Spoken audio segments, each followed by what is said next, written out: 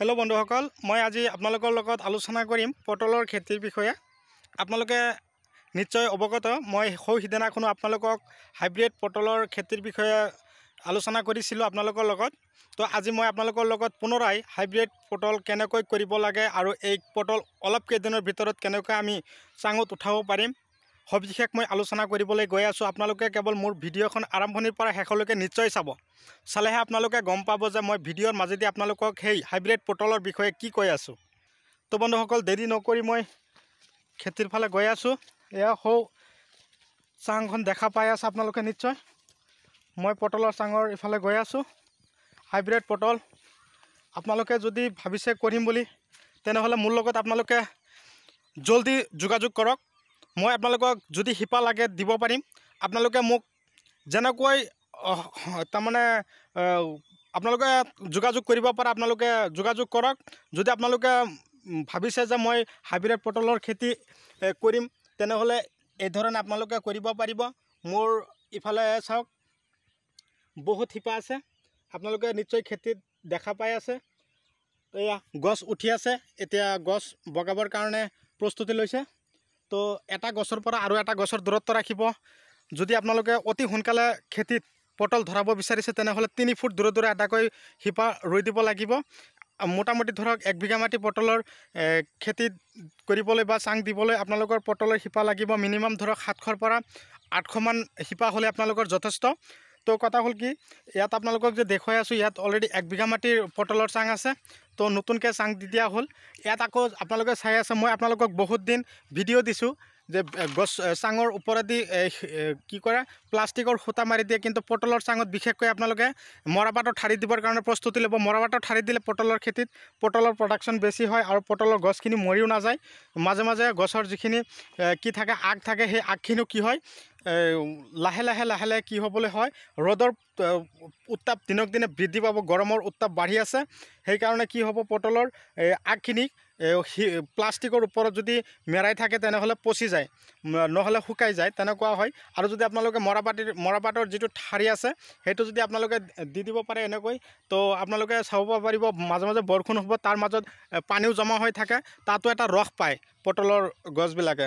তো বন্ধুসকল মই আজি আপোনালোকক জনাই দিম যে পটলৰ গছখিনি অতি সোনকালে কেনেকৈ চাঙত উঠাব পাৰি। তো সবিশেষ মই আলোচনা কৰিবলৈ গৈ আছোঁ।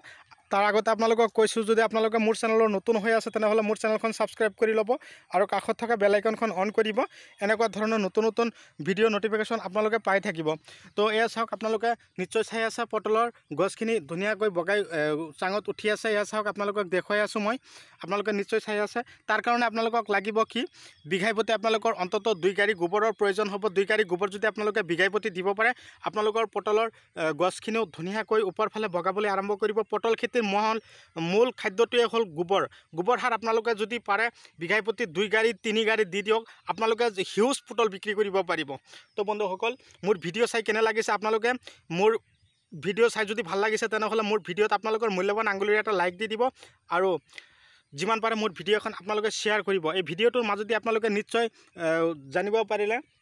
আৰু এটা কথা হ'ল কি পটলৰ গছৰ যিবিলাক আগ আছে এই আগবিলাক যে উঠি আছে নটিবিলাক, এইবিলাক উঠিবৰ কাৰণে যেতিয়া উঠি থাকিব তেতিয়া কিন্তু পোকে বহুত ডিষ্টাৰ্ব কৰি থাকে। তাৰ কাৰণে আপোনালোকে কি কৰিব, এই গছৰ আগখিনিত ঔষধ স্প্ৰে কৰিব লাগিব। এনেইতো গছ ওপৰ ফালে নুঠে, ঔষধটো দিবই লাগিব। মই আপোনালোকক মাত্ৰ এটা ঔষধৰ নাম আপোনালোকক কৈ দিছোঁ। ঔষধটোত লাগিলে আপোনালোকে টুকাই ৰাখক আৰু সেই গছত স্প্ৰে কৰক। আপোনালোকে সেই ঔষধৰ লগত আৰু এটা বস্তু দি দিব লাগিব। মই আপোনালোকক যিমতে কৈছোঁ সেইমতে আপোনালোকে যদি কাম কৰিব পাৰে আপোনালোকৰ পটলৰ গছ আপোনালোকে 1.5 মাহতে একদম পূৰা চাং পোৱাই দিব পাৰিব। আপোনালোকে নিশ্চয় জানে পটলৰ গছখিনি কিন্তু অলপ দেৰিকৈ বৃদ্ধি হোৱা দেখা পোৱা যায়। আপোনালোকে যিসকল বন্ধুৱে পটলৰ খেতি কৰিছে এখেতে নিশ্চয় অৱগত যে পটলৰ গছ যিমান চব্জি আছে আটাইতকৈ তাৰমানে লেহেম গতিত বৃদ্ধি হোৱা উদ্ভিদটোৱে হ'ল পটল। তাৰমানে চব্জিৰ গছবিধৰ ভিতৰতে পটল গছবিলাক লাহে লাহে বৃদ্ধি হয়।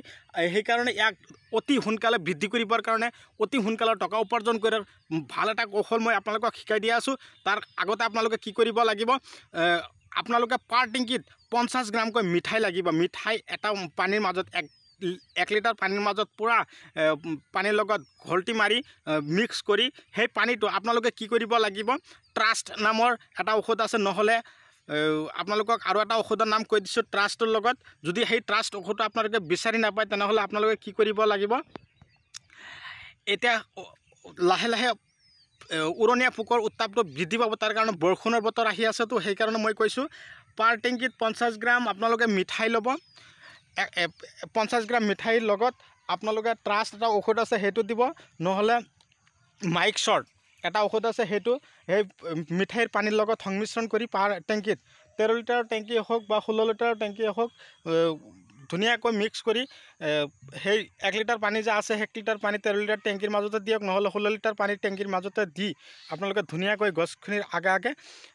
স্প্ৰে কৰি যাওক চাব 3 দিনৰ ভিতৰত আপোনালোকে অন্তত ৰিজাল্ট পাই যাব তো বন্ধুসকল মোৰ ভিডিঅ' কেনে লাগিল মোক কমেণ্টত জনাব আৰু যদি পটলৰ শিপা আপোনালোকৰ লাগে মোক কমেণ্টত জনাব মই আপোনালোকক যেনেকৈ পাৰোঁ আপোনালোকক দিবৰ কাৰণে প্ৰস্তুতি ল'ম সিদিনাখন এসপ্তাহ আগত মই দুজন দাদাক মই পটলৰ শিপা দিছোঁ তো বহুত আনন্দিত হৈছে এখেতেও পটল হাইব্ৰিড জাতৰ পটলৰ খেতি কৰিব বুলি ভাবিছে তো সেইকাৰণে মই শিপাৰ যোগান ধৰি দিলোঁ তো আপোনালোকৰ যদি লাগে মোক যোগাযোগ কৰিব মই আপোনালোকক দিবৰ কাৰণে প্ৰস্তুতি লৈছোঁ তো বিশেষ আৰু নকৈ আজি আপোনালোকৰ মাজৰ পৰা মই বিদায় লৈছোঁ পৰৱৰ্তী ভিডিঅ'ত মই পুনৰাই আপোনালোকক লগ পোৱাৰ হেঁপাহেৰে ধন্যবাদ।